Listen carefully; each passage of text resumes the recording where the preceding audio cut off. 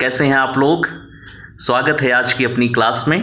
जैसे कि आप लोग जानते हैं, हम लोग बीपीएससी और वनडे एग्जाम्स को लेकर एंशिएंट हिस्ट्री से संबंधित अपने क्वेश्चंस को देख रहे थे और ये सारे के सारे पीवाईक्यू हम लोग देख रहे हैं। और साथ ही एक चीज़ मैं और बताना चाहता हूँ कि अभी तक हमने 100 क्वेश्चंस को कंप्लीट किया है। आज हम लोग फिर आगे इसके देखेंगे। तो पहली चीज़, एक महत्वपूर्ण इम्पॉर्टेंट सी चीज़ कि आज हमारे पास कृष्ण जन्माष्टमी है और कृष्ण जन्माष्टमी की आप सभी को ढेरों शुभकामनाएं, बधाइयाँ।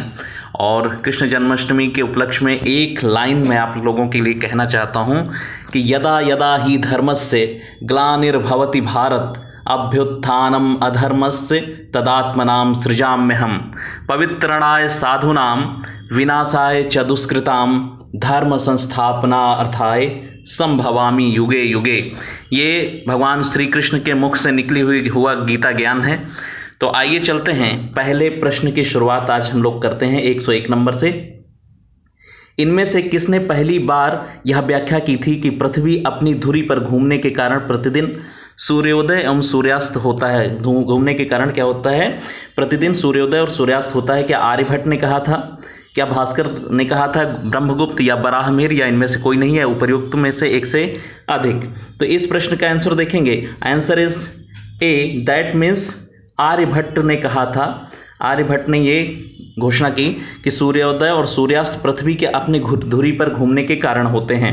आइए डिटेल देखते हैं। तो देखिए क्या कहा जा रहा है। आर्यभट्ट प्रथम व्यक्ति थे जिन्होंने यह व्याख्या की थी कि पृथ्वी की अपनी धुरी पर घूमने के कारण ही प्रतिदिन यानी डेली सूर्योदय और सूर्यास्त होते हैं। चलिए सेकंड प्रश्न पर आइए। सेकंड प्रश्न देखिए, इनमें से कौन गुप्त काल में औषधि के क्षेत्र में अपने कार्य के लिए जाने जाते हैं? सुश्रुत, सौमिला, शूद्रक या शौनक? तो देखिए आपको अच्छे से पता है कि सुश्रुत जो है वो इससे संबंधित थे और साथ ही शूद्रक तो नहीं है क्योंकि वो जो है आप जानते हैं कि नाटककार थे। तो आगे चलिए देखिए, ई ऑप्शन इसमें आंसर सही हो रहा है। अब ई का हम लोग थोड़ा डिटेल देखते हैं कि ई क्यों सही है। तो देखिए आपके पास ऑप्शन ई के लिए डिटेल दी है। सुश्रुत को शल्य क्रिया दैट मीन्स सर्जरी का जनक माना जाता है। फादर ऑफ सर्जरी सुश्रुत को कहा जाता है। सेकंड देखें, यह काशी के रहने वाले थे। कहाँ के रहने वाले थे? तो ये भी इंपॉर्टेंट होता है। ये काशी के रहने वाले थे और इनका काल लगभग 600 ईस्वी पूर्व का माना जाता है। शौनक ऋग्वेद कालीन ऋषि हैं, तो इसलिए आप देखिए इनका नाम जो है उससे संबंधित नहीं है। और देखिए शूद्रक गुप्तकालीन नाटककार थे। ठीक है, जैसे मैंने अभी बताया शूद्रक कौन है? नाटककार हैं, वो भी कैसे? गुप्तकालीन। आगे देखिए सौमिला गुप्तकालीन, ये भी नाटककार हैं जिसे कालिदास ने भास और कविपुत्र के साथ याद किया है। और साथ ही देखिए आपको इससे क्या समझ आया? इससे समझने की बात ये है कि इनमें से कोई ऑप्शन सत्य नहीं थे क्योंकि ये सारे के सारे इनमें से कई सारे देखिए आप देख रहे हैं कि इनमें से कोई ऑप्शन वो नहीं था, इसीलिए ए इसका जो आंसर है इसका सही उत्तर विकल्प ए माना जाएगा। लेकिन इसका आंसर क्या है? देखिए लोक सेवा आयोग ने क्या माना है? लोक सेवा आयोग ने ए माना है। लेकिन देखिए यहाँ पर देखिए, चूंकि गुप्त काल का प्रारंभिक टाइम जो है 275 एडी से श्रीगुप्त से प्रारंभ होता है, जो सुश्रुत के शासनकाल सुश्रुत के जो काल है 600 बीसी से 1500 बीसी के करीब 1000 साल बाद है और इसीलिए सुश्रुत का काल गुप्त काल के समकालीन मानना औचित्यपूर्ण नहीं है। ठीक है, इसलिए देखिए आपने आंसर ई इज राइट। आगे चलिए 103 नंबर प्रश्न है। 103 नंबर क्वेश्चन क्या कह रहा है? चीनी यात्री ह्वेनसांग ने किस विश्वविद्यालय में अध्ययन का काम किया था? क्या तक्षशिला में, विक्रमशिला में, मगध में या नालंदा में? ह्वेनसांग आप जानते हैं हर्षवर्धन के शासनकाल में आया था और हर्षवर्धन के शासनकाल में आया था तो आंसर हो जाएगा Nalanda. Option D is right. Yes, देखें जरा डिटेल हम लोग देखते हैं। तो देखिए चीनी यात्री ह्वेनसांग हर्षवर्धन के शासनकाल में भारत आया। 637 ईस्वी में ह्वेनसांग नालंदा विश्वविद्यालय गया और इस समय वहाँ के कुलपति कौन थे? आचार्य शीलभद्र। ये प्रश्न भी पूछा जाता है कि जब ह्वेनसांग नालंदा विश्वविद्यालय गया उस समय वहाँ के आचार्य कौन थे, कुलपति कौन थे? और देखिए 1.5 वर्ष तक नालंदा में निवास कर उसने योग शास्त्र का अध्ययन किया और इसके बाद वह बंगाल, उड़ीसा, धान्य कटक और ये जो देखें धान्य कटक जो है ये जो क्षेत्र है ये आंध्र प्रदेश वाला क्षेत्र है, होते हुए कांची पहुंचा कांची यानी कि तमिलनाडु पहुंचा और अपनी यात्रा के दूसरे दौर में ह्वेनसांग पुनः नालंदा आया और साथ ही यहाँ व्याख्यान दिया, यहाँ पर अपना भाषण दिया। चौथे प्रश्न पे आइए चलते हैं। देखिए ह्वेनसांग की भारत यात्रा में यात्रा के समय सूती कपड़ों के उत्पादन के लिए सबसे प्रसिद्ध नगर कौन सा था? क्या वाराणसी, पाटलिपुत्र, मथुरा या कांची? कौन सा नगर था जो ह्वेनसांग के समय सूती कपड़ों के लिए उत्पादन के लिए फेमस था? 104 नंबर प्रश्न है और आंसर देखिए बी, दैट मीन्स मथुरा इस समय सूती वस्त्र के उत्पादन के लिए फेमस है। तो आगे चलिए और देखिए मथुरा बहुत ही प्राचीन समय से ही काफ़ी फेमस रहा है। आगे देखेंगे चीनी यात्री ह्वेनसांग हर्षवर्धन के शासनकाल में भारत आया और मथुरा एक औद्योगिक नगरी थी। अर्थशास्त्र से ज्ञात होता है, अर्थशास्त्र जो कौटिल्य ने लिखा है से ज्ञात होता है कि इसके सूती वस्त्र उत्कृष्टता के लिए प्रसिद्ध थे और ह्वेनसांग ने मथुरा की आर्थिक समृद्धि और व्यापारिक प्रगति की पुष्टि की है। और वह लिखता है कि मथुरा के बाजारों में बिकने वाली वस्तुएं काफ़ी सजाकर रखी जाती थीं। तो ये आपने देखा 104 नंबर क्वेश्चन हो गया।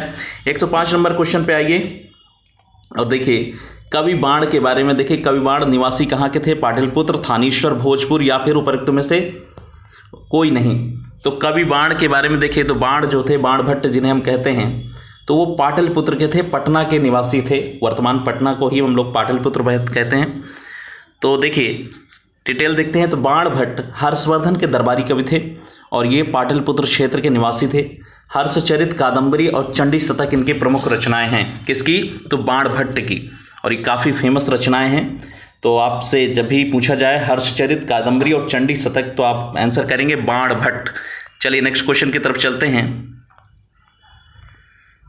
और प्रश्न है 106 नंबर प्रश्न है हमारे पास।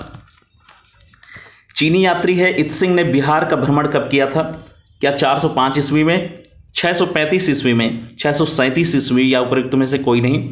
तो देखिए इत्सिंग जो है ये काफ़ी बाद में आया था। तो आंसर इसका देखिए इनमें से कोई नहीं दे रहा है। क्यों दे रहा है? क्योंकि इत्सिंग का जो टाइमिंग है वो 671-72 ईस्वी का समय है, जब वह एक युवक था और अपने 37 बौद्ध सहयोगियों के साथ बौद्ध धर्म के अवशेषों को देखने की इच्छा से उसने क्या किया? पाश्चात्य विश्व का भ्रमण करने का निश्चय किया और वह दक्षिण के समुद्री मार्ग से होता हुआ भारत आया। तो आप जानिए कि इत्सिंग जो है, इत्सिंग ये समुद्री मार्ग से आया था। इससे पहले कोई समुद्री मार्ग के माध्यम से नहीं आता था। 675 से 685 ईस्वी तक नालंदा विश्वविद्यालय में इसने अध्ययन किया और 693-94 के लगभग वापस सुमात्रा होता हुआ वो वापस लौट गया। ठीक है, चलिए नेक्स्ट क्वेश्चन की तरफ चलते हैं। देखिए प्रसिद्ध चीनी यात्री फाहियान ने किसके शासनकाल में भारत की यात्रा की थी? अब देखिए फाहियान के बारे में आ गया। हमने जैसे देखा कि ह्वेनसांग हर्षवर्धन के काल में, फाहियान आता है चंद्रगुप्त द्वितीय विक्रमादित्य के शासनकाल में। Option B is right. तो देखिए डिटेल देखिए, चंद्रगुप्त द्वितीय विक्रमादित्य के शासनकाल में चीनी यात्री फाहियान ने भारत के विभिन्न स्थानों का भ्रमण किया है। और ये जो चंद्रगुप्त विक्रमादित्य हैं ये गुप्त वंशीय शासक हैं। इनको मौर्य वंशीय शासक जो चंद्रगुप्त थे उनसे मिलान मत कीजिएगा। तो ये चंद्रगुप्त जो है विक्रमादित्य ये किस वंश के थे? ये गुप्त वंश के थे। तो देखिए वैसे तो विक्रमादित्य उपाधि धारण करने वाले भारत में बहुत सारे राजा हुए, लेकिन इस सबसे फेमस जो राजा हैं वो चंद्रगुप्त द्वितीय विक्रमादित्य हैं। आगे चलिए 108 नंबर प्रश्न है हमारे पास। नालंदा विश्वविद्यालय के संस्थापक कौन है? आप सभी जानते हैं इसका आंसर कुमारगुप्त प्रथम है। ये भी गुप्त वंशीय शासक हैं, कुमारगुप्त प्रथम। So option B is right. आगे चलिए देखिए जरा, ह्वेनसांग के अनुसार नालंदा विश्वविद्यालय के संस्थापक शक्रादित्य यानी शक्र जो शक थे, शकों का अंत करने वाले, शक्रादित्य मतलब शक्रों का अंत करने वाले, शकों का अंत करने वाले कौन? जिसने बौद्ध धर्म के त्रिरत्नों के प्रति महती श्रद्धा के कारण इसकी स्थापना करवाई थी, वो शक्रादित्य कौन था? कुमारगुप्त प्रथम थे। 415 से 455 ईस्वी का इनका शासनकाल था और कुमारगुप्त प्रथम की प्रसिद्ध जो है उनका महेंद्रादित्य भी उनके उपाधि के रूप में हम लोग उन्हें जानते हैं। तो ये हो गई हमारे पास क्वेश्चन हो गया। आगे चलिए 109 नंबर प्रश्न है हमारे पास। देखिए ताम्रपत्र लेख दर्शाते हैं कि प्राचीन काल में बिहार के राजाओं का संपर्क था कहाँ से? बर्मा से, कंबोडिया से, थाईलैंड या जावा सुमात्रा से। तो आंसर आप देखेंगे D is right. That means Bihar के राजाओं का संपर्क कहाँ से था? जावा सुमात्रा वाले क्षेत्र से था। और ध्यान से पढ़ेंगे तो पाल वंशीय शासक देवपाल बौद्ध मतानुयायी था और लेखों में उसे परम सौगात नाम की उपाधि दी जाती है। उसने जावा के शैलेंद्र वंशीय शासक बालपुत्र देव के अनुरोध पर उसने नालंदा में एक बौद्ध विहार बनवाने के लिए 5 गांव दान दिए थे।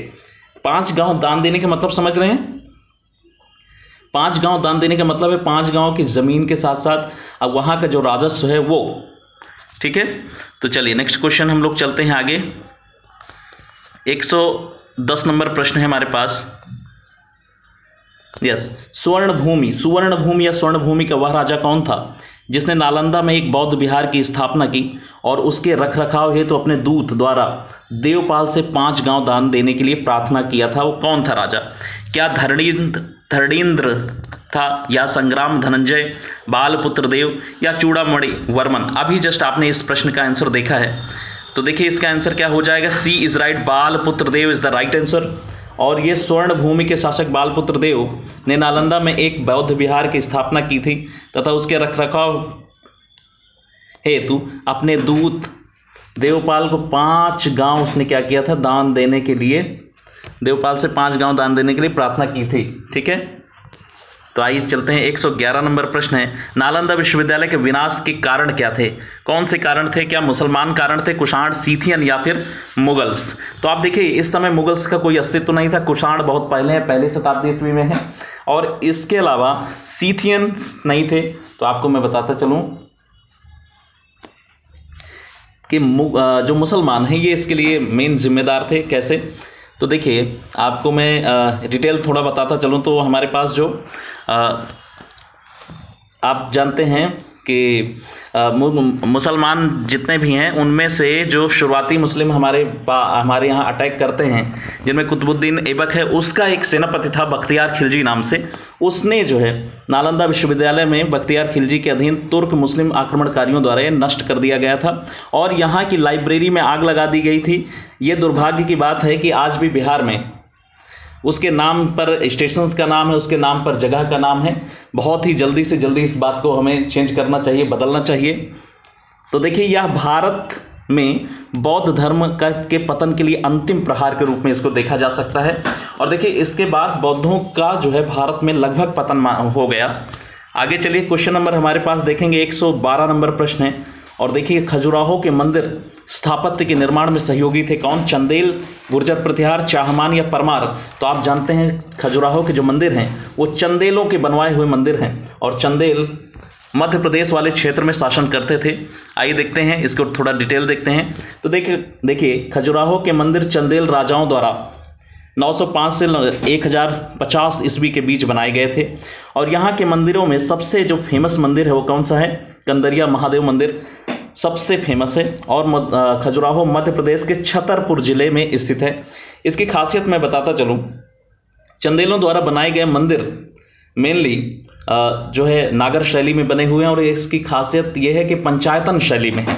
ठीक है, पंचायतन शैली का मतलब यह है कि मुख्य मंदिर होता है और उसके किनारे 4 मंदिर और होते हैं, तो ये पंचायतन शैली होती है।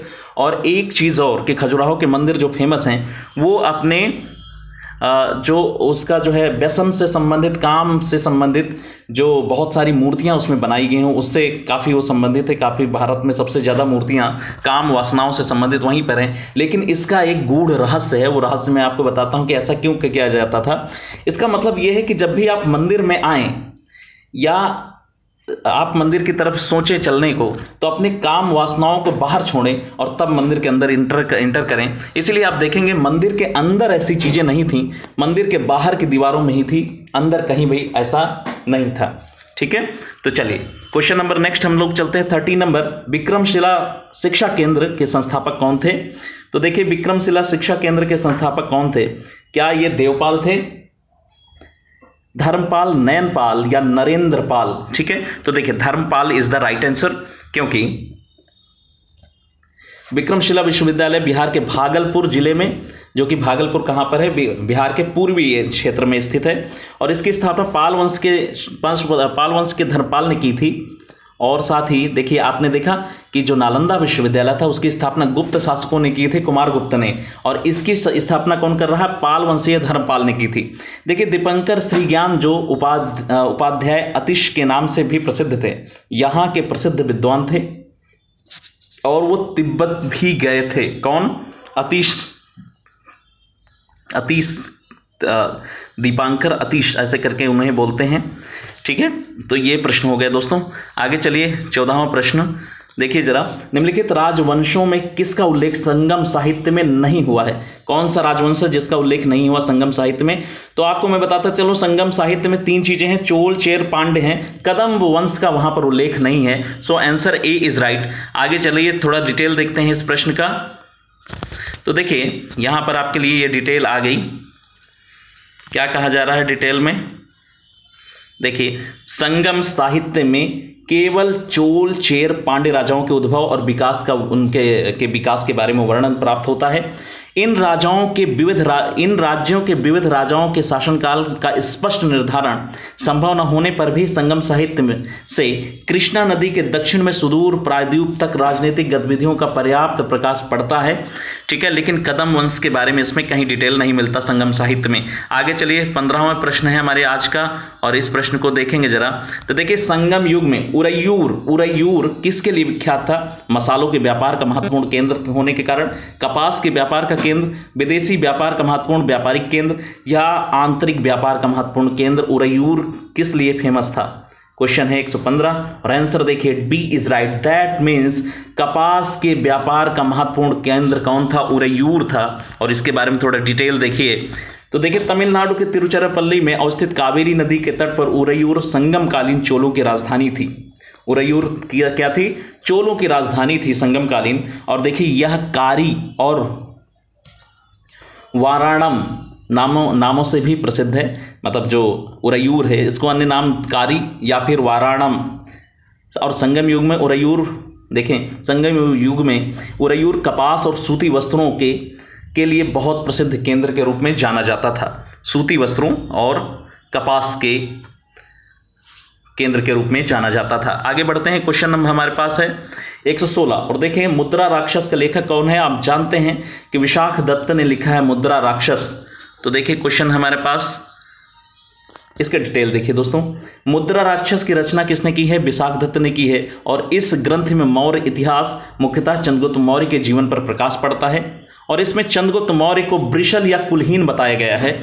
और साथ ही ढुंडीराज ने क्या किया है? मुद्रा राक्षस पर टीका लिखने का काम किया है। मैंने अपनी पिछली क्लासों में आप लोगों को बताया है टीका का मतलब क्या होता है। किसी भी मुख्य किताब पर जब आप उसी को पढ़कर उसके बारे में लिखते हैं तो इस तरह की लिखी हुई किताब क्या कहलाती है? भाष्य या टीका कहलाती है। आपने समझ लिया होगा। आइए चलते हैं नेक्स्ट क्वेश्चन की तरफ। क्वेश्चन हमारे पास 17 और 117 पृथ्वीराज रासो के रचयिता कौन है? आप जानते हैं क्या कौन है? कल्हड़, बिल्हड़, जयानक या चंद्रबरदाई? तो आंसर हो जाएगा चंद्रबरदाई हैं पृथ्वीराज रासो के लेखक। और ऐसा माना जाता है, ऐसा कहा जाता है कि पृथ्वीराज जो थे, पृथ्वीराज चौहान थे, जो पृथ्वीराज चौहान के नाम से जो फेमस हैं, वो कौन फेमस थे? तो पृथ्वीराज तृतीय जो हैं वो पृथ्वीराज चौहान के नाम से फेमस थे। और उनके एक मित्र थे चंद्रबरदाई, वो लेखक भी थे और उस समय उन्हें भाट बोलते थे। भाट लोग क्या करते थे? घूम घूम कर गाने का काम करते थे, रचनाएं लिखने का काम करते थे। तो चंद्रबरदाई उनके मित्र भी थे और लेखक भी थे। उन्होंने उनके बारे में रचना लिखी है। आइए देखते हैं जरा डिटेल। तो चौहान शासक पृथ्वीराज तृतीय, जिसे राय पिथौरा के भी नाम से जाना जाता है, के दरबारी कवि चंद्रबरदाई ने पृथ्वीराज रासो लिखी है। और ये मुख्यतः वीर रस से संबंधित ग्रंथ है।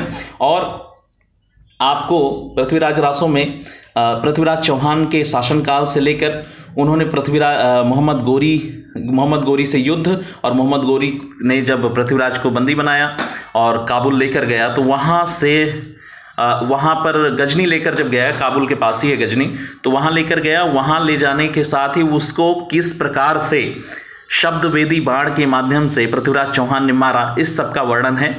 ठीक है, आगे चलिए 118 नंबर प्रश्न है, स्वप्न वासव दत्ता के लेखक कौन है? Who is the author of स्वप्न वासव दत्ता? कालिदास, भास, भवभूत या राजशेखर? बहुत ही अच्छा प्रश्न है और बार बार ये प्रश्न आता है, इसलिए स्वप्न वासव दत्ता किसने लिखा है प्रश्न है। तो 18 और आंसर है बी, भास ने लिखा है। महाकवि भास के नाम से 13 नाटक उपलब्ध हैं टोटल, और जिन्हें हम लोग 1909 में श्री टी गणपति शास्त्री ने त्रावणकोर राज्य से प्राप्त किया था, ये 13 नाटक।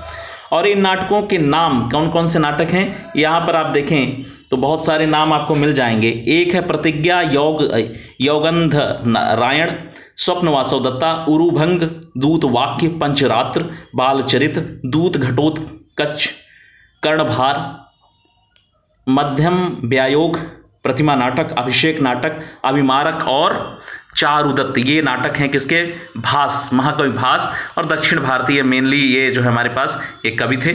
और आगे बढ़ते हैं हम लोग। नेक्स्ट क्वेश्चन है कुमार संभवम महाकाव्य किसने लिखा है, तो कुमार संभव महाकाव्य लिखा है कालिदास जी ने। Option D is right, Kalidas. तो चलिए इसके डिटेल देखते हैं। तो देखिए कुमार संभव महाकाव्य की रचना महाकवि कालिदास ने की थी। और देखिए आज तक के संस्कृत साहित्य के इतिहास में सबसे ग्रेटेस्ट पर्सनालिटी अगर कोई हुई है तो कालिदास ही हैं। और कालिदास के बारे में बहुत सारी चीज़ें जानी जाती हैं। हालांकि कालिदास नाम के 2 व्यक्ति हुए, एक कालिदास हुए जिन्होंने जो है गुप्त शासनकाल के दौरान शासन के दौरान वो कवि के रूप में काम करते थे, और एक जो है कश्मीर के शासक के रूप में भी हुए हैं। तो देखिए इसमें 17 सर्ग हैं, किसमें, कुमार संभव में 17 सर्ग हैं, जिसमें प्रकृति चित्रण और कार्तिकेय की जन्म की कथा का वर्णन है। और देखिए कुमार संभव जो है कुमार संभव जो है कार्तिकेय, भगवान शिव के पुत्र कार्तिकेय के जो बड़े बेटे हैं कार्तिकेय के बारे में वर्णन है इसमें। और आप लोग जानते होंगे भगवान शिव के 2 पुत्र मेनली माने जाते हैं, एक हैं भगवान कार्तिकेय और दूसरे हैं भगवान गणेश। तो गणेश को हम लोग उत्तर भारत में ज़्यादा पूजते हैं, लेकिन आप दक्षिण भारत में जाएंगे मेनली तमिलनाडु और आसपास के क्षेत्रों में, तो हम लोग अच्छे से वहाँ जानते हैं कि वहाँ पर कार्तिकेय भगवान की ज़्यादा पूजा होती है। और कार्तिकेय का जो वाहन है वो मोर है। जैसे गणेश जी का वाहन क्या है, हाथी है, चूहा है, वैसे ही कार्तिकेय का जो मोर है। ठीक है, आगे चलिए 120 नंबर प्रश्न है आपके पास। किरातार्जुनीय पुस्तक किसने लिखी है, किसने लिखी किरातार्जुनीय नाम की पुस्तक, तो देखिए भट्टी या फिर शूद्रक, कालिदास या भारवी ने। तो मैं आपको बताता चलो किरातार्जुनीयम ने लिखा है, कितने, भारवी ने लिखी है। Option D is right. तो देखिए किरातार्जुनीयम पुस्तक लेखक कौन है, भारवी हैं। और इस पुस्तक की कथा वस्तु क्या है, महाभारत से ली गई है। और अर्जुन और किरात वेशधारी भगवान शिव के बीच युद्ध का वर्णन है। और इस युद्ध में अर्जुन और भगवान शिव के बीच युद्ध होता है, जिसमें आप सभी जानते हैं कि जीतेगा कौन, भगवान शिव ही जीतेंगे। और इस भगवान शिव के जो युद्ध में भगवान शिव जीतते हैं, और भगवान शिव प्रसन्न होकर अर्जुन को पाशुपतास नाम का अस्त्र देते हैं, और जिसको अर्जुन धारण करते हैं। और बहुत ही ज़्यादा प्रलयंकारी वो अस्त्र होता है, कौन सा, पाशुपतास। चलिए नेक्स्ट क्वेश्चन देखिए 121। तो देखिए उस स्रोत का नाम बतलाएं जो प्राचीन भारत के व्यापारिक मार्गों पर मौन है। कौन सा स्रोत है जो व्यापारिक मार्गों पर मौन है, कुछ कहता ही नहीं है। संगम साहित्य, जातक कथाएं, मिलिंद पन्नो या उपयुक्त सभी। तो आपको मैं बताता चलूं option B is right. Milinda Panho जो है मीनांडर और नागसेन के बीच जो है वार्तालाप है इसमें। तो देखिए पाली भाषा में बौद्ध भिक्षु नागसेन द्वारा लिखित, पाली भाषा में बौद्ध भिक्षु नागसेन द्वारा लिखित मिलिंद पन्नों में नागसेन और हिंद यवन शासक मीनांडर के बीच वार्तालाप का वर्णन है। और इसमें व्यापारिक मार्गों का वर्णन नहीं मिलता है। और इसमें मीनांडर ने क्या किया, मीनांडर ने नागसेन से बाद में दीक्षा ले ली और स्वयं भी बौद्ध बन गया। आगे चलते हैं। क्वेश्चन नंबर हमारे पास दोस्तों कौन सा है, क्वेश्चन हमारे पास 122 है। और देखिए हर्षचरित के रचनाकार कौन है, आर्यभट्ट, बाणभट्ट, विष्णुगुप्त या फिर परिमल। तो देखिए परिमल गुप्त। तो आपको मैं बताता चलूँ हर्षचरित बाणभट्ट ने लिखा है। और ये इसमें जो है राजा हर्ष के बारे में वर्णन है। Option B is right. देखिए हर्षचरित ग्रंथ की रचना सुप्रसिद्ध लेखक बाणभट्ट ने की है।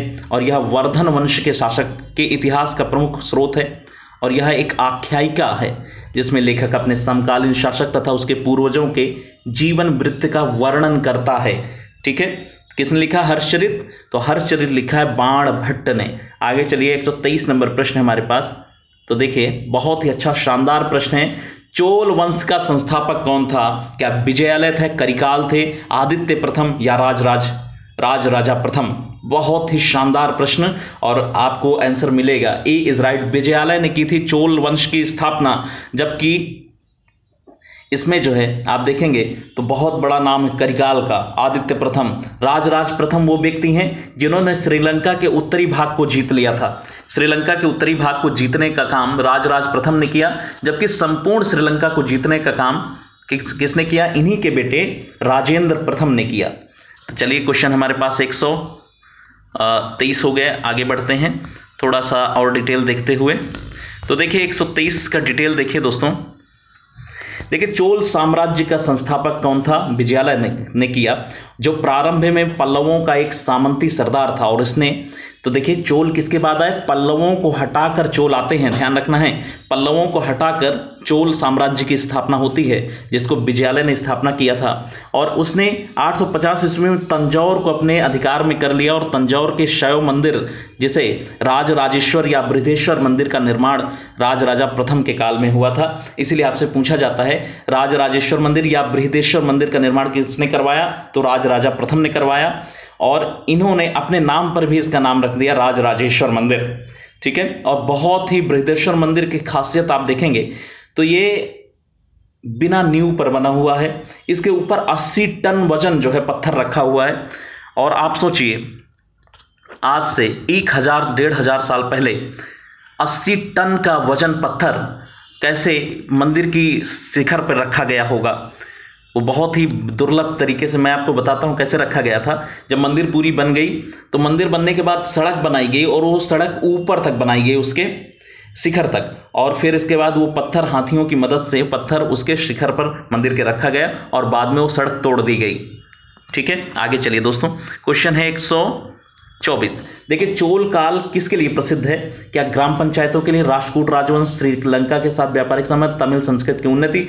तो आंसर देखिए चोल काल सबसे ज्यादा फेमस है ग्राम पंचायत के लिए, क्योंकि गांवों को स्वतंत्रता दे दी गई और गांव अपने स्तर पर एक पूरे तरह के स्वायत्तता का अनुभव करने लगे। Answer A is right. तो देखिए चोल शासन की सबसे उल्लेखनीय विशेषता स्वायत्त शासी ग्रामीण संस्थाओं के संचालन में परिलक्षित होती है। और ग्राम पंचायत चोल काल के प्रसिद्ध था, चोल काल में प्रसिद्ध था ग्राम पंचायत। और उत्तर मेरूर नाम से जो हमारे पास एक अभिलेख प्राप्त होता है वो तमिलनाडु से, तो ग्राम सभा के कार्यों का विस्तार से इसमें वर्णन किया गया है। चलिए 125वें प्रश्न पर आइए और देखिए 125वां प्रश्न क्या कह रहा है। वह कौन सा, ध्यान दीजिए, वह कौन सा मध्यकालीन भारतीय साम्राज्य व्यापक स्तर पर स्थानीय स्वशासन के लिए प्रसिद्ध है? तो अभी जस्ट आपने देखा स्थानीय स्वशासन के लिए सबसे ज़्यादा फेमस है चोल काल।